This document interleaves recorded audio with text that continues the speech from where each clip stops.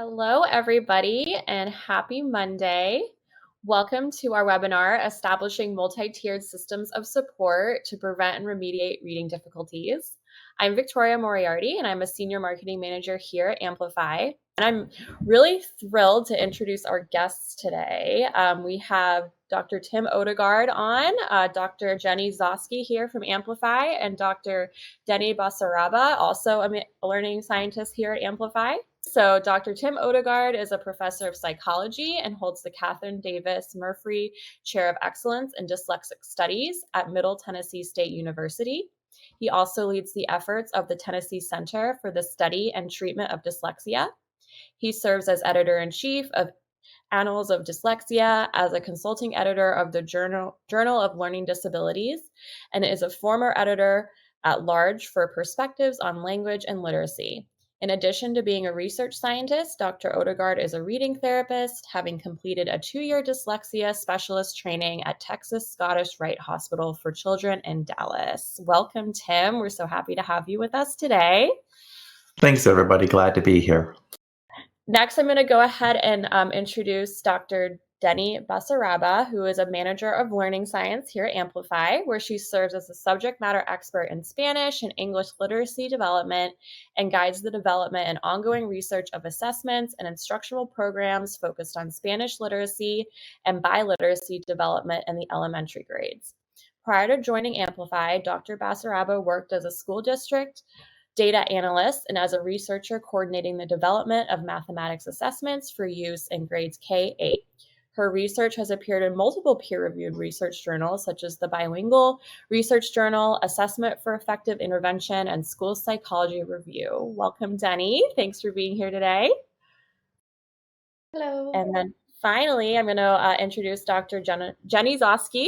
She's a staff learning scientist at Amplify, where she serves as a subject matter expert in the areas of language and literacy and is involved in the development and ongoing research of instructional programs and interventions targeting students in elementary grades. Prior to joining Amplify, Dr. Zoski worked as a speech-language pathologist with a focus on supporting students with language delays and disorders. Dr. Zoski's research has appeared in Communication Disorders Quarterly, The Reading Teacher, and Applied Psycholinguistics. Thank you, Jenny, for joining us. And without further ado, I'll go ahead and pass it over to our wonderful speakers to get started. Okay, thank you, Victoria. But thank you for joining us today for establishing multi-tiered systems of support to prevent and remediate reading difficulties. A quick overview of our agenda. So we're first going to talk about the importance of prevention and early intervention, talking about how we can use the science of reading and effective leadership practices to prevent reading difficulties, talk about some key components of setting up these systems of prevention and early intervention, specifically multi-tiered systems of support, talk through some strategies that support students across all 3 tiers of instruction, and then we're fortunate enough to be able to have a Q&A with Tim Odegard. So like I said, we're going to focus talking about prevention and early intervention. We really want to focus on intervening early to try and prevent difficulties because if students start their literacy career trajectory behind, they often don't have the opportunity to catch up. The gap actually widens between poor and good readers over time. Research indicates that children who are struggling to read at the end of first grade almost never acquire average level reading skills by the end of elementary school. So we have a really narrow window to help students who are struggling when they enter our schools to catch them up to where they need to be. Moreover, the development of the decoding skills that are often the focus of prevention and early intervention impact a lot of other areas of reading development, namely vocabulary, comprehension, students' attitudes and motivation to read, as well as their opportunities to practice reading. All really important reasons why we want to start our focus early. Here's a snapshot of some current data that we have about what the state of reading looks like, at least with the data that we have access to via Amplify. These data are the percentage of students who are on track or ready for core instruction from 2019 to 2020, the bright green bar on the left of each grade level comparison up into this recent fall. On average, these data suggest that there are more students on track for learning to read across grades K-3 than there were 2 years ago in 2021, the first year after the onset of the pandemic, which is when, I'm sure most of you know, the majority of students began to receive teacher-directed in-person learning again. These data also indicate that only the performance of kindergarten students is surpassing pandemic levels. So we see 40% of students on track now, compared to only 38% before the pandemic in 1920. Otherwise, we're seeing a steady increasing trend in the percentage of students who are on track for literacy success in grades 1 through 3. But even though the bars look nice and tall, we still have plenty of work to do. So one of the ways that we at Amplify choose to approach the literacy needs of students is guided by the simple view of reading, which considers reading the byproduct of language comprehension and word recognition. It's worth noting that this is not an additive relationship. But the simple view of reading shows that students' reading comprehension score can be predicted if their decoding and language comprehension abilities are known. So we're essentially, I guess, technically multiplying the relationship between these two rather than adding them. This is a really great quote by Goff and Tunmer. No reasonable proponent of decoding has ever equated decoding and reading, right? Because we recognize what is decoded must also be understood. So even if our programs and assessments have a tendency to focus primarily on foundational skills, which some do, we recognize that that is not the ultimate goal of learning to read. In fact, most of the work that we do at Amplify is guided by Scarborough's rope, which further unpacks these two big buckets of critical skills for reading success that were described on the previous slide: language comprehension and word recognition, right? So we can see that language comprehension is an amalgamation of background knowledge, vocabulary, language structures, verbal reasoning, and literacy knowledge. And word recognition includes student skills with phonological awareness, decoding, all the way from letter sound correspondences to decoding words, and then sight recognition of unfamiliar words.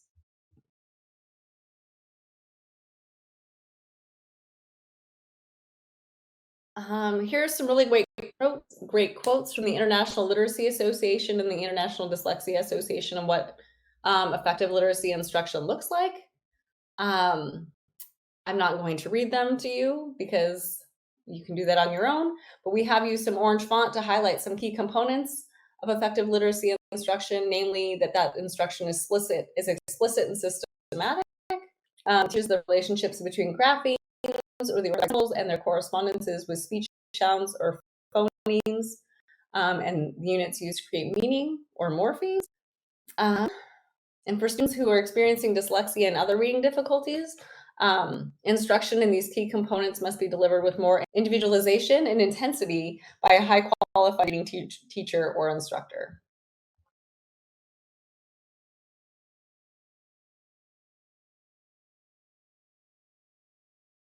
So one key way to do that, right, is to be mindful of the instructional design and delivery approaches that we use to provide students with reading instruction.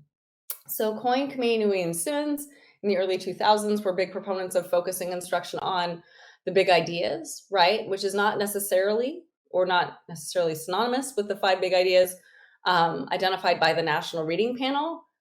When they're talking about instructional design specifically, big ideas are skills that are predictive of skill acquisition and later achievement. They focus on things that we can teach and something that improves outcomes for children when we teach it. Big ideas allow teaching less, but in a more thorough fashion. Kamei, Nui, and Simmons in particular are pretty big proponents of explicit instruction. And explicit instruction is that which is guided by a comprehensive scope and sequence, provides instruction in all critical skill areas. So if we have a student who is struggling to read, that doesn't mean that we're going to not give them vocabulary or reading comprehension instruction, but we would rather focus instruction in all critical skill areas. That instruction also includes careful and planful review of skills to ensure mastery and retention, right? We don't want to just teach something once and move on without cycling back to it. And in this approach and model, not every component of reading receives equal emphasis at every stage of reading development, because the development of reading skills is not necessarily linear. As Torgerson notes, explicit instruction is that which doesn't leave anything to chance and does not make assumptions about the skills and knowledge children will acquire on their own, right? We're going to design our instruction to make sure that it includes all the skills that we know students need to learn to have to read, and not assume that they're bringing anything with them to the table, which would allow us to overlook skills. Another key component of this system is having effective leadership practices in place.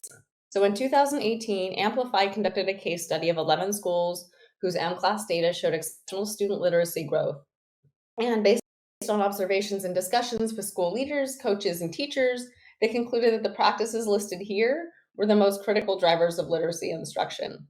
So the first of these is that they made literacy priority number one in their schools, right? They made sure that all of their teachers and educators had access to early literacy professional development, including coaching throughout the year. There wasn't just one or two teachers in the lower grades who were responsible for teaching reading, but it was a responsibility that every adult in the building took on.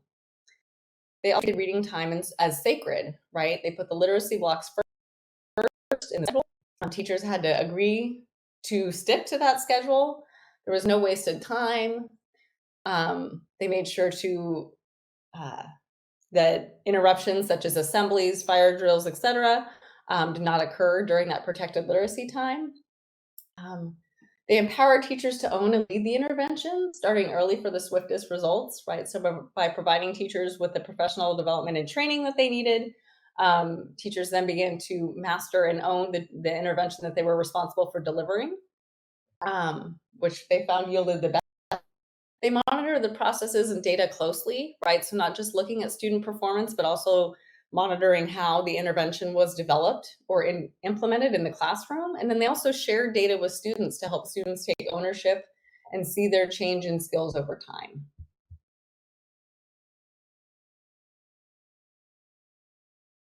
So some kind of opposing beliefs about learning to read. So what we know is on the left instead of these assumptions on the right. So we know that prevention and early intervention are critical for learning to read.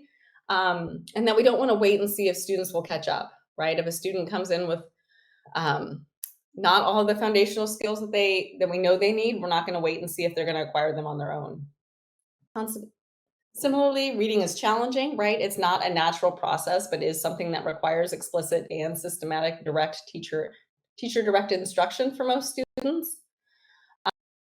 That instruction is rooted in the science of reading, which research has indicated is the most effective and efficient for students, right? We shouldn't allow teachers to necessarily just choose what they like if there's no research base behind it. We also know that student reading trajectories are alterable and can be impacted and accelerated through effective instruction, right? It's not that student reading performance is stable and the product of variables that we in schools don't have the opportunity to change.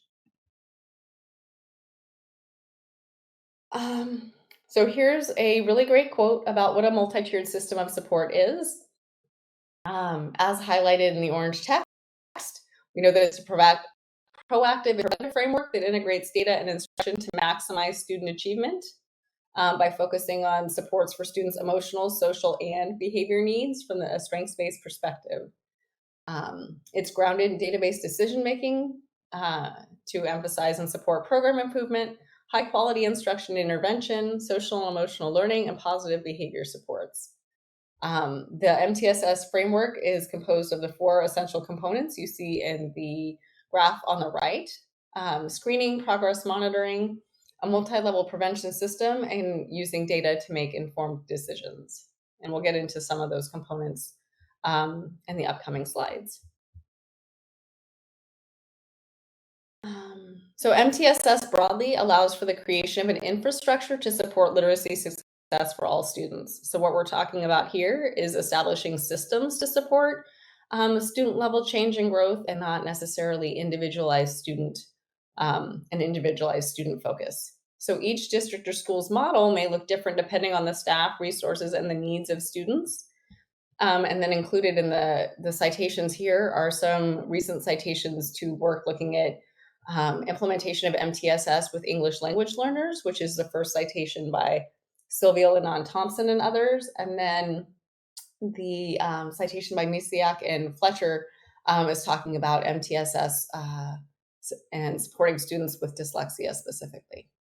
So it's definitely a model that can be used to support the learning needs of a wide variety of students.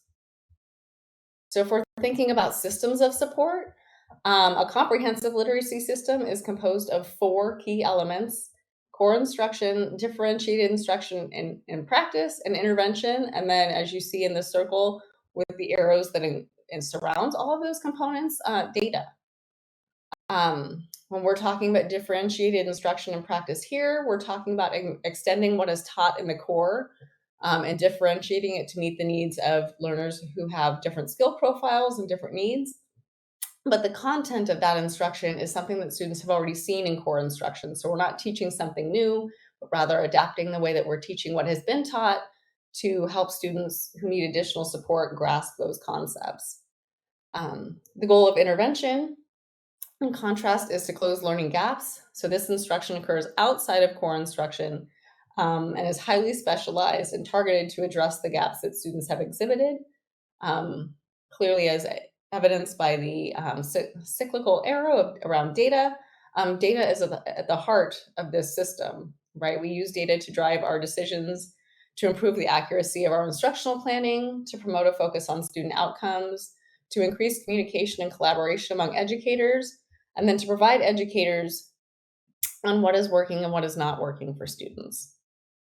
So if we break this down into 2 separate sections, right, and we're talking about the bright orange section, looking at what's driving core instruction, differentiating, and practice, right? In this component of the model, we're using data to help us determine the overall health of our system. So how well is the literacy instruction we're providing during core meeting the needs of all students? We can also use those data to help us plan small group instruction, lending us insights about how we should group students who have similar skill profiles and what skills should be targeted. And then we're also going to identify areas for personalized practice. So if we're identifying students who need more support, what skills specifically do they need more support with? And then hopefully the smaller section, or at least in the graphic anyway, is interventions, right? Which differ from differentiated instruction and practice. They typically have students who have higher levels of risk or need. And then data can also help us monitor the progress and the effectiveness of the instruction and the intervention that students are receiving. Students who are in intervention are typically monitored more frequently because we don't want to lose sight of the skills that they need. And if something isn't working, we don't want to wait over an extended period of time to change what we're doing to help meet their needs.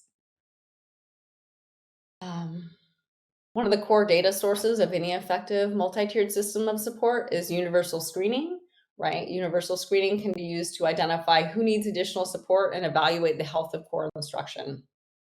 In a universal screening model, all students receive the universal screening measures. The proficiency goal typically in these models is at least 80% of students are not at risk. And then when we're talking about progress and how our systems are supporting students throughout the year, at least 95% of students who are not at risk, we want those students to stay out of risk. And that helps us, those goals can help us monitor the effectiveness of the system that we have in place. We've also included here a great quote by Jan Hasbrook. Early universal screening is so important. It begins the process of quickly connecting students with the powerful interventions that can help them overcome dyslexia or even prevent it from becoming a factor in their lives. On this next slide, we have a great depiction of what different literacy profiles might emerge using the simple view of reading. Based on this simple view, there are 4 subtypes of reading disabilities that can be identified based on students' relative strengths and weaknesses, both in word identification and language comprehension. Right, so we have anywhere from students who have good decoding and poor language comprehension skills, who might be exhibiting a specific comprehension deficit, students who have poor decoding and poor language comprehension, which are categorized as having a mixed profile. And then a particular focus of our talk today is students who have poor decoding skills but good language comprehension, which is a profile pretty indicative of dyslexia.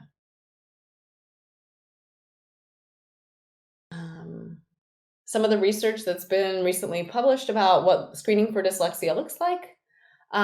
Many of the skills that are quote unquote markers of dyslexia, such as phonological awareness, decoding, and/or fluency and accuracy with word reading, as noted here, are also several of the big ideas upon which most universal screening systems for reading are also built. As such, it's then possible, right, to adopt one's early literacy universal screening system to help identify students who are at risk for reading difficulties, including dyslexia.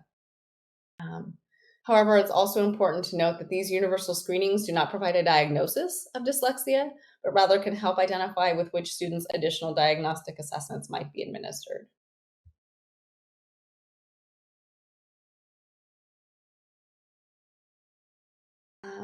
We also wanted to note just quickly some considerations for screening multilingual learners, right?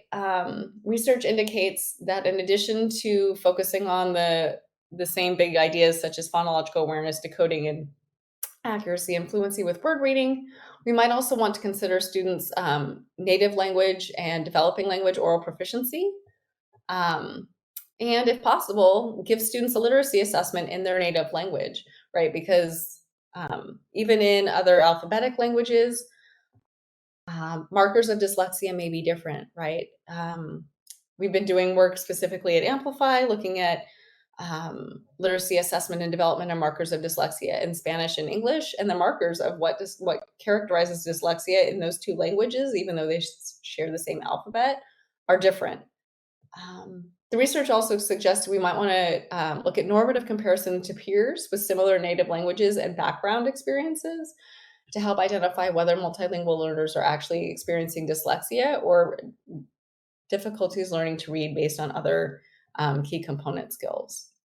And then lastly, before I turn things over to Jenny, here's just a sample of a dyslexia diagnostic checklist that Jan Hasbrook in her recent book on dyslexia, overcoming it, identifying it, and supporting it, what that might look like, right? So in this diagnostic checklist, we have a list of skills on the left, whether or not they're a concern from an educator perspective based on the student profile, and then the extent to which they're a concern, or is it a mild, a moderate, or a severe concern based on student performance. And now that I've talked all about screening, I'm going to turn it over to Jenny, and she is going to talk about instruction and tiered systems of support. Thank you, Deni. But basically for this next section, before we move over to our Q&A with Tim, I'm going to go into some more details about some key principles of effective instruction and provide some strategies and examples that are consistent with high quality instruction. So within these tiered systems of supports, we have the standard triangle here that I'm sure we have seen several times. The systems of supports provide a structure for supporting all students. And we have increasing intensity to meet students' needs as you go from that bottom of the triangle up to the top. And it's also important to note that the high quality instructional materials and the systematic explicit instructions really need to be utilized across all three levels of support here. And you'll note that assessment, as Deni has noted, is really a key piece to all levels in order to identify risk and also to evaluate whether the existing supports are working. So at the very bottom with that 80%, we have our core instruction, which is our tier 1 support provided to all students. And so in this next slide, I wanted to get into a little more detail about the three tiers. So, but with the preface and kind of the context of within all three tiers of support, really this is about longer term prevention, right? Preventing persistent reading difficulties, preventing persistent academic difficulties for the long term. But breaking it down, looking at the first tier, tier 1 is our core instruction. This is our primary core instruction, the regular ELA block that's provided to all students. And this is, of course, for grade level learning, but then also importantly, for our students who are potentially at risk, it's for prevention of later difficulties. When you go up to tier 2, this is the intervention that is provided to students who are at risk. And so this is targeted skill instruction, and this is provided in addition to the ELA block, not instead of. And this is for students to teach them the specific skills that they are missing, But also importantly, this is also about prevention because it's the more students you can catch at this level, the less will go on to need more intensive support, such as the tier 3. So, tier 3 is the intensive intervention, and this is where we have high risk students who are receiving targeted skill instruction. This is again in addition to the ELA block, and this is to provide them with instruction in the learning skills that they are missing. And this is more intensive and often more individualized to the specific student.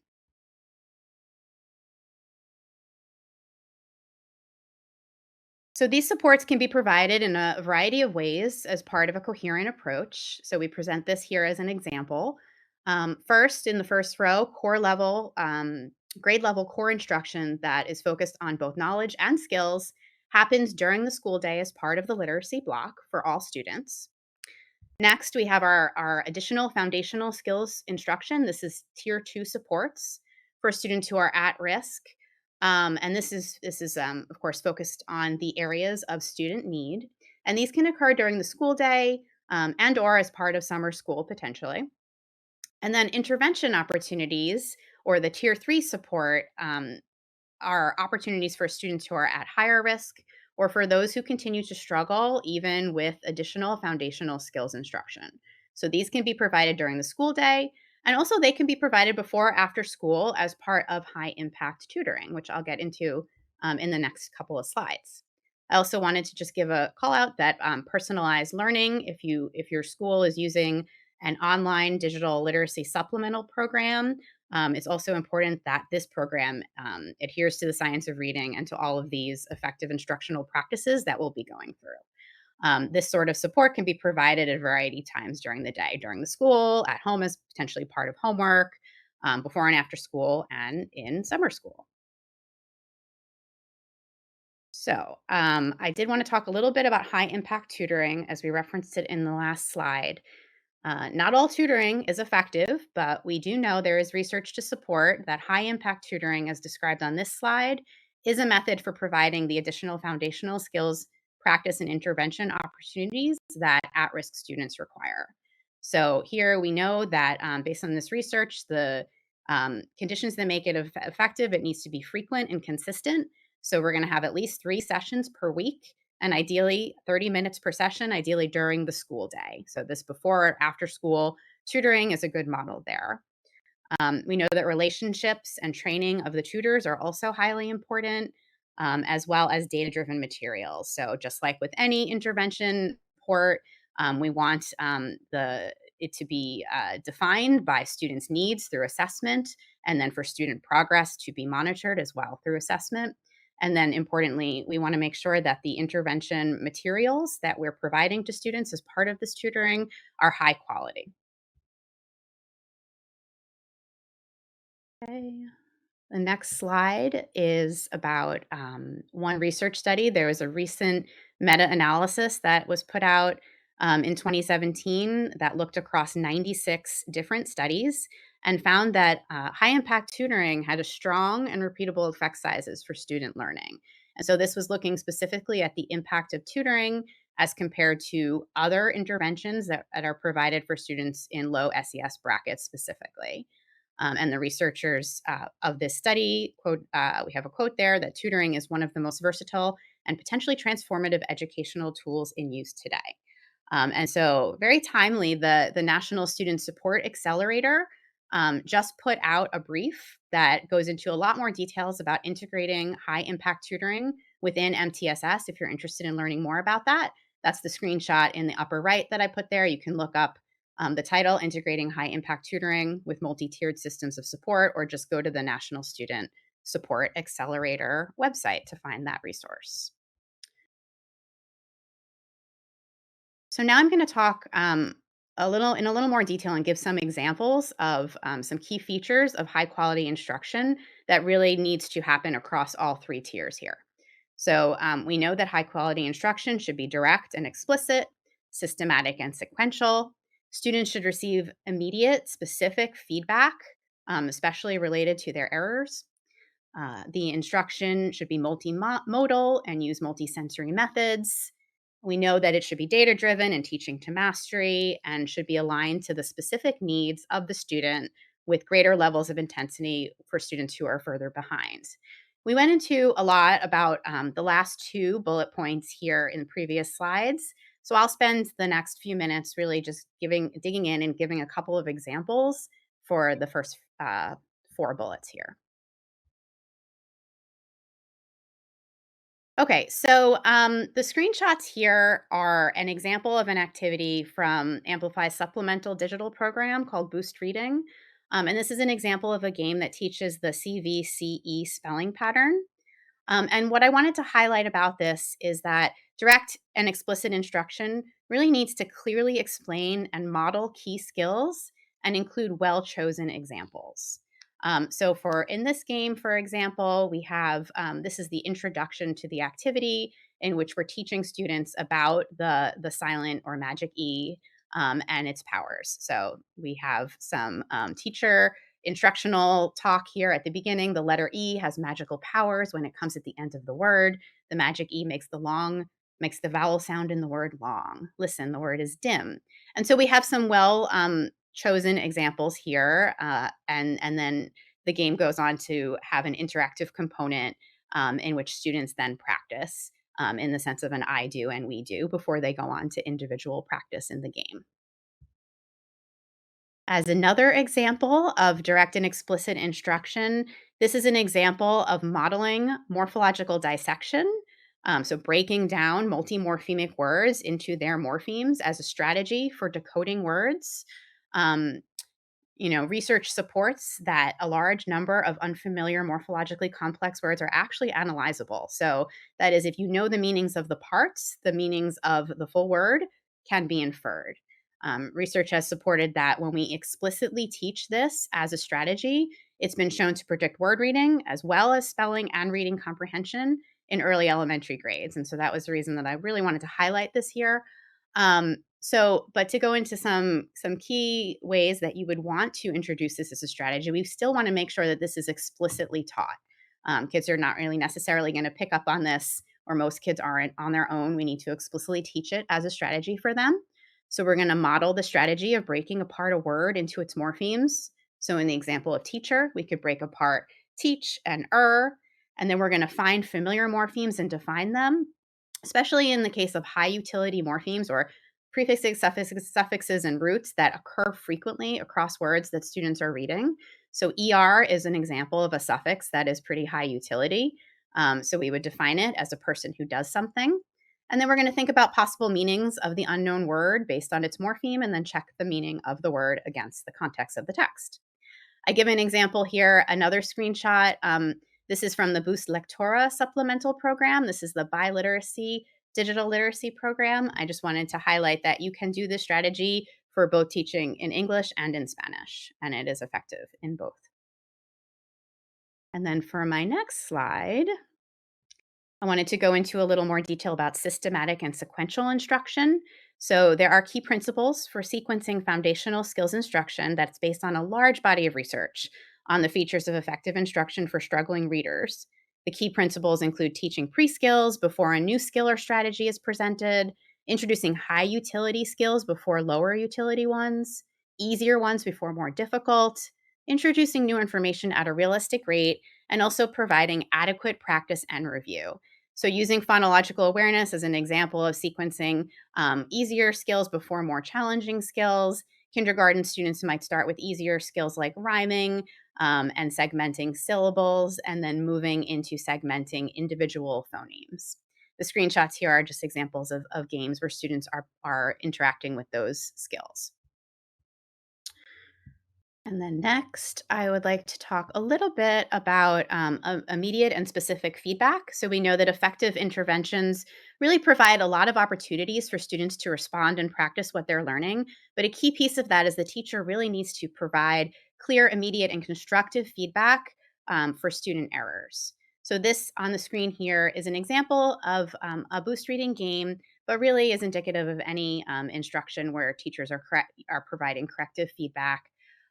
In this game, students are practicing blending phonemes into words. So they're blending f, I, sh into fish. And if a student is incorrect on their first attempt in this game, they're prompted to just try again, so they get another chance to hear the individual sounds again. But after the second incorrect answer, they're actually provided with an opportunity to slowly blend the sounds together with even more scaffolding and support. So in the second and the third screenshots here, you'll see each notch on the line makes the little robot guys come closer and closer together so they can hear the sounds coming closer and closer to blended into the full word. So giving really specific additional scaffolding and support when needed. And then another example of immediate feedback, this is a classroom chaining activity where students are practicing swapping out an initial sound in words and then reading a new word. So in this example, students are given the letters RAG for rag and then are given the W tile and are asked to swap out the initial sound and read what the new word is. So you'll see here that this is like the introduction to the activity. So teachers are providing immediate feedback both for correct responses and also for incorrect responses. So if correct, we just have a very simple good. The words are rag and wag, reinforcing that students were correct.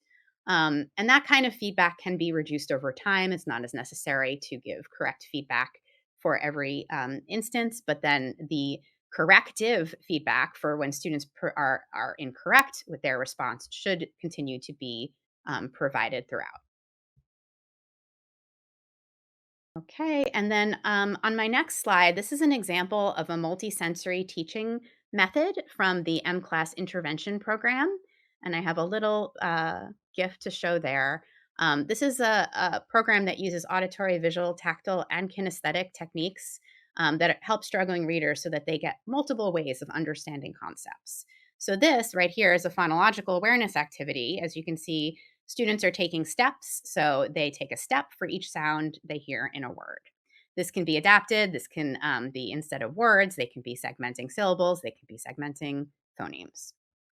In my next activity, this is an example of an activity that uses auditory, visual, and tactile techniques. So here, kids see a letter, they hear it sound, and then they draw the letter in the air. And then as the second piece of that activity, the activity continues with kids hearing a sound, and then they erase the corresponding letter that they heard on their whiteboard.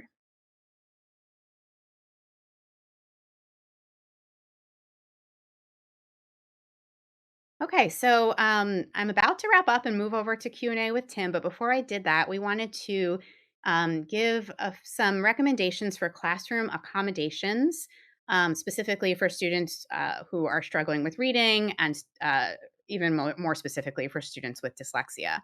And so we know that core instruction is happening, and these students need to access that as well as the intervention supports that they are getting. And so these classroom activity accommodations include potentially additional time for tasks, as well as modifying assignments. Modifications could include things like simplifying the written directions, breaking up assignments into smaller parts, removing extraneous stimuli or materials, and or highlighting essential information. Also providing students access to audio materials and instruction, and also providing access to assistive technology. So assistive technology, such as text-to-speech or speech-to-text software, can potentially be beneficial for some students with dyslexia. It helps them access written materials and supports continued development of their language and cognitive skills that really are necessary for reading and writing development. When we use assistive technology in combination with intensive instruction targeting word reading and spelling, this can enhance students' overall reading progress. Okay, and lastly, just to wrap up, I wanted to leave you with this diagram here of the 3 tiers of support, just really as a reminder that these key principles of effective instruction should be consistent across all 3 tiers of instruction. And this is for the benefit of not only students with dyslexia, but for all students. And it really is, I want to stress, about longer-term prevention of persistent reading and academic difficulties. Okay, so I think now we are moving on to our section with our Q&A with Tim. Hi, Tim. Hi, Jenny. How are you? Good. How are you? I am well, thank you. So, I thought it would be helpful for our listeners if you could just give us a little information about our background, about your background, tell us a little bit about yourself, how you got interested in dyslexia research, and kind of the origin story of that. So I am a cognitive scientist by uh, training for my Ph.D. I'm a reading interventionist and language interventionist by training that I received during my postdoctoral fellowship through Texas Scottish Rite Hospital for Children. And one of my first jobs was running my county's summer reading program, and as a preschool teacher, did that during high school. I actually started before high school and junior high when I was just 14, running the county's reading program and helping to develop the integrated arts program that they used for that. So I have a long history with this. I personally struggled to read and spell and learn how to do those things in school, and was not identified or given any um, interventions or accommodations. And I'm the parent of a child who struggled early, and he did receive interventions outside of school for 2 years at a high dosage, at a level that would actually move him using an empirically validated structured literacy intervention. Was the way that we did, validated through randomized controlled trials and through my brain imaging research was how we validated that program. So that's a little bit of background on me. I got into dyslexia as a transition. I knew that I wanted to be a developmental psychologist by training, and I wanted to find ways to empower and give kids voices. So I did that first with eyewitness memory research and looking at ways to improve and use our basic understanding of human memory development to understand how children represent themselves on the stands, not be perjured, and then not able to face the perpetrators of crimes against them through voir dire or whatever means on their own behalf. So now I transition and allow children and others who are from marginalized communities or underrepresented communities or are less empowered in our society to feel empowered through increased understanding of their conditions and needs. It started off thinking that I'd find individual differences kind of from a cognitive perspective, and most of my research has transitioned to looking at contextual drivers and implementation factors that seem to be social determinants of poor struggles and outcomes at much higher rates than we would anticipate if it was all driven by something different about how we develop our brains. Mm. Yeah. Can you talk a little more about what those contextual factors are? That's fascinating to me. The contextual factors seem to be the interplay between policy and what is the Mm, policy that we have at a federal level. How does that get implemented and thought about at a state level? What state legislative initiatives are being at play in a context? And then how are those going to be translated into instructional practices in the classroom and systems in districts and then in schools to actually impact those kids? So I do mm, find the policy levels, you had a graphic in yours kind of looking at that ecological systems approach to kind of implementation science, looking at those different things. So you use several examples about kind of the interface of science and kind of individuals and then context. A high impact tutoring model could be seen as other than MTSS. It could also be seen, based off of the consensus of research, as one way of implementing a tier two in particular. To say that you would integrate that into your core ELA, you would use instructional intensifiers as outlined by Jenny Wanzak, Stephanie Alateva, and McMaster in their book on intensification of intervention and instruction, to then do that within a policy of, let's say in Tennessee, for example, of we're supposed to be getting 5 days a week, 30 minutes dosage as part of RTI square in our state. And that's the policy. But how is that implemented? Is it thought to be that they should be getting a different mm, program? We should supplement with a program. Teachers have to go away from their high impact quality instructions delivered as part of our science of reading kind of legislation here. But a high impact tutoring model would be a context in which you're actually aligning all of the concepts, all of the language you're using, all of the instructional targets, and you're using instructional intensifiers to intensify to make sure that you have quality engagement. mhm, Opposed to, let's say, for example, sticking kids on a computer in tier two to think that that would be what they need as kids who have already shown that they're not engaging in the work, to have them have a human person there that's going to be there to make them feel like they belong, that understands their unique needs. So I would say that context really starts at the policy level, the legislative level, the procedures level, then into the practices, and then how educators think those systems really play out in schools. And I just gave one example, which I think is fairly uncontroversial, about tier 2 and how we might think about that based on existing research that you shared with us, and then research coming out of, let's say, SCORE and other groups here in Tennessee and elsewhere.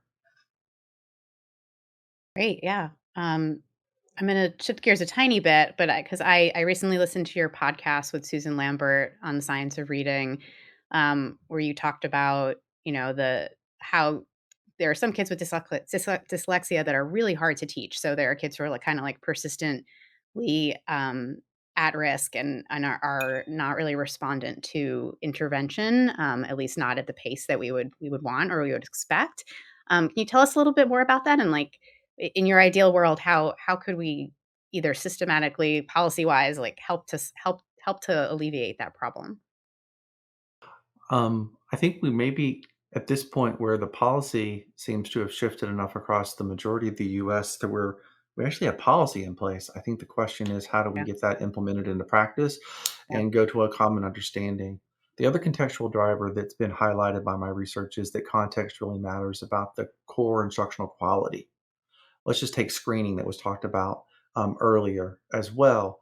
What we're finding with our research on the accuracy with which we can identify using various types of screening approaches is really context dependent.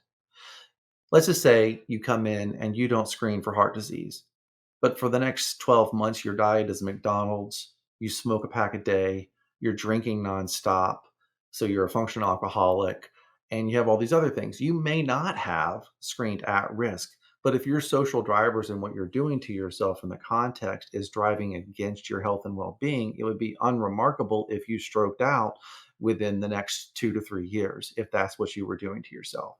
So if we have context of ill equipped schools relying on non-scientifically validated approaches to doing it, we have a context that will drive student failure.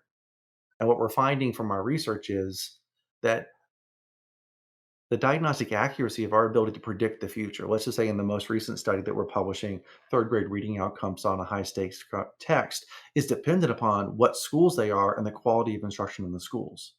Mhm. Because if you have social determinants working against you and you have an uphill battle, it doesn't matter if, let's say, at the beginning of kindergarten, you may have come in ready to learn. If you don't have the learning context to support you, you will not have the environmental stimulation you need to thrive as a learner. And so that's just commonsensical from developmental sciences, which is it doesn't happen naturally and automatically, as you guys were saying. It just doesn't happen as being exposed to print. So it takes direct instruction. If the context doesn't provide for most kids what they need to thrive, then we're dealing with a issue of growing struggling readers. We're torpedoing the ability to have our screeners be effective tools to find them. So I noticed that the Florida Center for Reading Research tweeted out an awesome study that came out showing that when they were looking out of their research teams a similar question about how well we can predict the future using screeners, they said that the real issue was that we needed to find a lot more kids, and so we had too conservative. What that suggests is that kids who should have been set up for success are actually failing. That means that we Yeah. have an educational or contextual failure there in many cases, or that's one interpretation. It's correlation. It does not mean causation. So Mhm. let me step away from that statement. So we really have to think about those. And then for whom would that matter and under what risk factors would they be? So we're really hard to teach. The context matters. And so when we're kind of struggling to meet the needs of the kids who should thrive and not take as Mhm. much, it means that we don't have the resources left over to address the needs of, let's say, 3 to 5% maybe, like myself, who are Yeah. really hard to teach because of a neurobiological difference in how our language is developing. And it is on continuous severity. And my research that I started off with a while ago now, I'm kind of ashamed to say how long ago it was, but it's been a while since my first study in dyslexia. And so almost 2 decades later, I'm finding the same things. There's a few of us who have a neurobiological predisposition in brain function, wire, and chemistry that make us particularly difficult for us to learn written language, Mhm. and that we do see some early indicators pre-K of oral language development indicate that seem to predict the future for us. But overall, unless you use very fine-grained looks at how we're processing the speech sounds, how we're naming objects on the page, for example, quickly, how we're learning our letters, if you're not looking at those risk indicators, then just by listening to us, you may not find us unless we also have issues with, let's say, developing oral speech in an expressive way that allows us to Yep. communicate effectively through meaning. We may have some other Yeah. issues with that might come along with that. So that's kind of what we've seen. So I don't know if that was a real answer to your question. It's just we are here to teach, and I'd say Yeah. that the current policy and models that we use aren't will have to be reconsidered. But the bigger question right now is we're not meeting the needs for the kids who should be learning pretty easily to begin with. So Yeah. until we fix that, it's going to be really difficult to think about me saying something that's going to be a lot more disruptive because of what it'll take to address the needs of the 3 to 5% of us. But let's just say that there might be some shifts that are needed. Okay. Yeah. No, that makes a lot of sense to me. Um, I think we're running a little low on time, but I know Deni had a couple of questions she wanted to ask you. Maybe Deni, do you want to pick one of your questions to ask him, and then we can save the last couple of minutes for Q&A from the audience? Sure. And actually, Tim, your last point about the role of oral language, I think segues nicely into whether or not you have any recommendations for identifying or providing supports for multilingual learners with dyslexia, given the research that suggests, you know, oral language proficiency is a good place to start for screening those students as well. Yeah, so one of the challenges we have is our multilingual communities and honoring their native language and native cultures at the same time of acknowledging the intersectionality. It's something that my research lab has become particularly interested in. This is something that comes out of sociology on the idea of intersections, which is you can be a person who is learning a language that's different from your home environment, that's the primary language that you're speaking in your school. And since dyslexia has been documented to be something that we find in all cultures that have a writing system, it means that you could also have a brain-based learning difference that will make it challenging for you to acquire written language skills. So those can intersect. They can also intersect with, let's say, instability because you're a new wave of immigration and you're new to the country. And so now you may not have the economic resources, or you may have come with economic resources. But if you're here without the economic resources, then you also have economic instability that's going to impact that. And so one of the challenges we have from a policy standpoint is when it comes to identifying disabilities, we often think about it from an exclusionary model, which you're not. You're not primarily being driven by not having economic advantage. Well, that puts people who are here first thing and fled conflict and only came with the clothes on their back to have the stability it takes to have that economic privilege to begin with, right? Or people who come from more of a blue collar background, like I did growing up. Not the case for my son. We're upper middle class now, but I grew up very poor and blue collar. My parents grew up even more impoverished, especially my mother. So we have these things. And so that intersectionality acknowledges that we can see you, and we can also acknowledge that you have these other potential neurobiological differences because you could have that. So what would be best practices? Well, one is honoring the share between languages. You used Spanish earlier. A lot of the phonemes are shared in common, or the units of sound within words are shared in common. However, acknowledging and having knowledge about the English language, one, and my research is highly predictive of how well your students will do in kindergarten or first grade on foundational literacy skills out of my published research. And so that might suggest, too, as that we evolve that teacher knowledge literature, that your knowledge, let's say if you have a high population of Spanish speakers in your class that are learning and acquiring English, your understanding of the phonemic structure of Spanish might also be predictive of your ability to work there. That's a hypothesis that we can work with. And that knowing what phonemes would be there and not would also be there, where it might be that you have to call a special attention to those. You also acknowledge that one of the computer applications you had used different Latin cognates.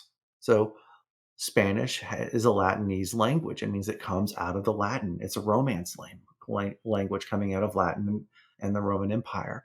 So English has aspects of that in our language as well. Yes, we have the Anglo-Saxon, which make up a lot of the basic words that we have, but we also have Latin and Greek forms too. That's shared with other Latin-based languages like Italian or Spanish, for example, or French. So you can use that knowledge too as you're doing that to acknowledge and honor the share and the similarities between the languages, but also use that and leverage it. When it comes to screening, you had highlighted in your emerging research, I'm just going to go with published research from Emily Solari and Becky Chen independently and some others, is we find that for early risk, if you can screen, especially aspects of oral language, and remember, phonological processing is a component, as we say from ASHA, of language, right? It's oral language. It is the speech production side. It's the sound structure side of language. So we have found a couple studies that's been published in the overall research that measuring, let's say, a Spanish speaker, or let's say in the case of Becky Chen's research, French speaking in Quebec, their native home language, either Spanish or French, in phonological processing was actually a better indicator of future success in reading English than measuring English was. Now, why might that be? Because since birth, or even arguably before birth in the womb, they were already starting to pick up on that sound structure. So if you do have a language-based learning difference that makes learning the phonological or the sound structure of a language difficult, it would make sense to look at the one you've been trying and exposed to the longest. That'd be your native language, your home language. So it's not surprising or remarkable that when they tested that hypothesis, they found that to be true out of Emily Solari's lab, as well as research coming out of University of Toronto, out of Becky Chen's lab.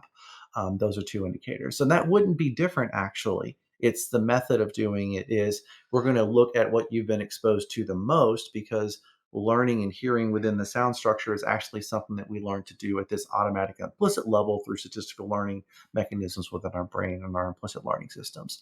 And that through learning a written language, we have to then force ourselves in alphabetic languages to go within and hear the phonemes within those languages. So as much as possible, using Spanish language or native language, home language screeners would be ideal. It gets really difficult in immigration destinations like I have here in Middle Tennessee, where we have 50 plus languages being spoken in our the county schools that my son goes to school here. So it's just an inherent challenge. Thank you for that response. I think I read most of that research, but I'm looking forward to looking for the other articles that you cited.